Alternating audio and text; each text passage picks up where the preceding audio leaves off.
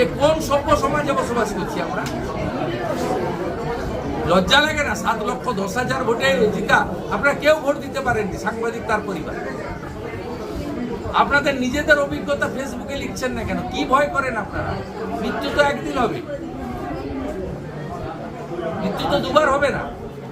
কোন সাংবাদিকের পরিবার ভোট দিতে পারেননি আপনারা ডায়মন্ড হারবার।